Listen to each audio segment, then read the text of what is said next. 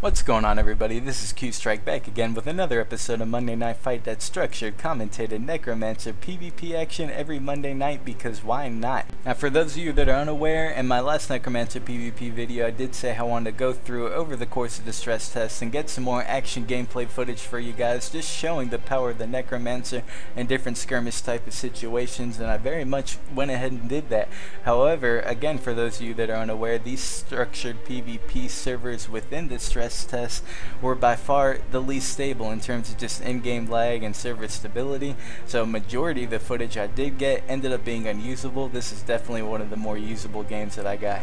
We head over to the keep just trying to see if we can keep it when ultimately the enemy team does show up. Unfortunately decides not to hop down and face us like the men they should be, except for the #1 engineer North America, AT, by far the MVP for the blue team this match.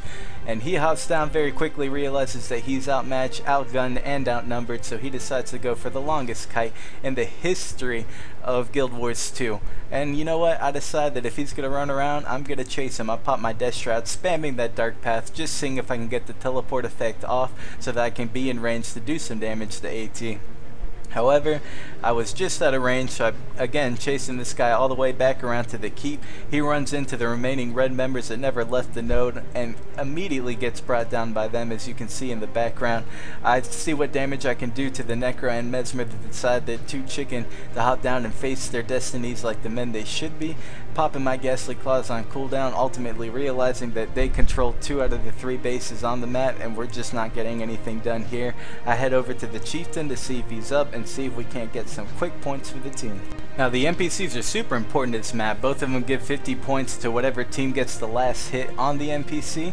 And basically, it's also good practice if you are the enemy team and you see them bring in the Chieftain or the other guy ridiculously low. If you have a super high single target burst ability or something that hits in rapid succession like the Necromancer's Ghastly Claws, that you can go in there and try to steal that last hit, as you see the #1 engineer North America, AT, very much trying to do. Since the NPC is attacking the Mesmer, he goes ahead and also attacks the Mesmer, bringing him low. However, my Ghastly Claws came up just in time to snag that last hit. My Mesmer rallies. AT realizes that he is again outmatched, outnumbered, and outgunned, so he tries to kite out. However, the Mesmer gets a very clutch stun off using that Pistol 4 ability, and we managed to finish him off very quick. Now, somebody else on my team managed to go snag the other NPC. As you can see, I have both orbs on me currently, and that is a 100-point lead for the team. So again, even though they were holding all 3 points, you can see just how valuable these NPC kills truly are and ultimately affecting the winner of the match. Now, the rest of this match is what's going to become officially known as the Battle of Chieftain Spawn.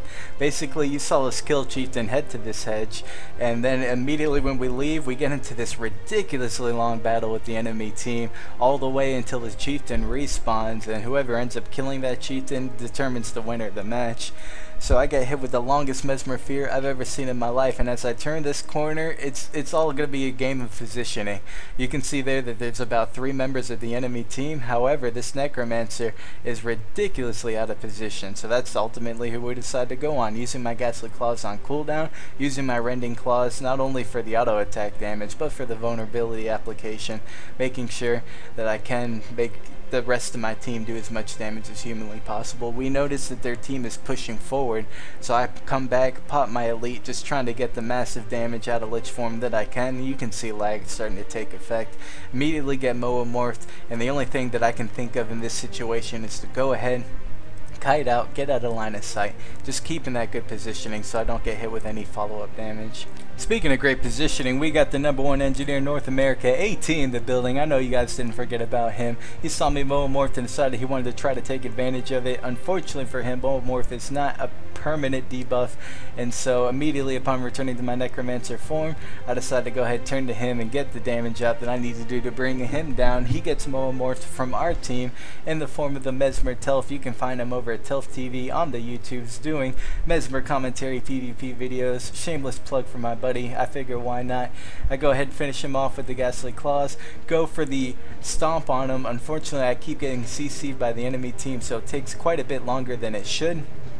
I noticed that everybody is pretty well lined up, so I pop into my Death Shroud, use my Dark Path to get onto this enemy Necromancer, ultimately hitting my life transfer, stealing life force from everything around me, to include inanimate objects such as Mesmer clones, Mesmer phantasms, and engineered turrets, pets from Necromancers. Everything gives it to me. I go for the Stomp Out on that Necro, which was a bad idea because the Mesmer was also going for the Stomp Out, and at that time I really needed to heal. I start looking for this enemy Mesmer, but I keep finding all his clones, realizing that the Mesmer is all the way over there next to my Mesmer buddy, just as the Chieftain finally does respawn. Yes, ladies and gentlemen, we sat here fighting the enemy team for the entirety of that respawn timer. Now, it's still not going to be an easy win, as the enemy Greatsword Warrior decides to make his presence known in a big way. Thankfully, the Chieftain decides that he wants to help us out for a little bit and decides to damage the enemy Mesmer, bringing him ridiculously low. I Dark Path my way over to him just to try to stay in range and out of range of this warrior, when ultimately the Chieftain's like, "Homie, don't play that," and finishes him off for us. Now I go over here into full kite mode because I am very low, and this Mesmer clones are actually doing a decent amount of damage. Obviously the warrior does more, but I figure since the Mesmer clones are so easy to kill, let me go ahead and finish those off. For whatever reason, the warrior decides just to give up and let us have the Chieftain as he runs away, and I decide to do just that, finish off the Chieftain, ultimately clinching the victory for the game. And as always, I want to give a quick shout out to boonsandconditions.com. That's GW2BNC.com. I'm QStrike. If you like what you saw, be sure to like and subscribe, and I'll definitely catch you guys on the next one. Take care.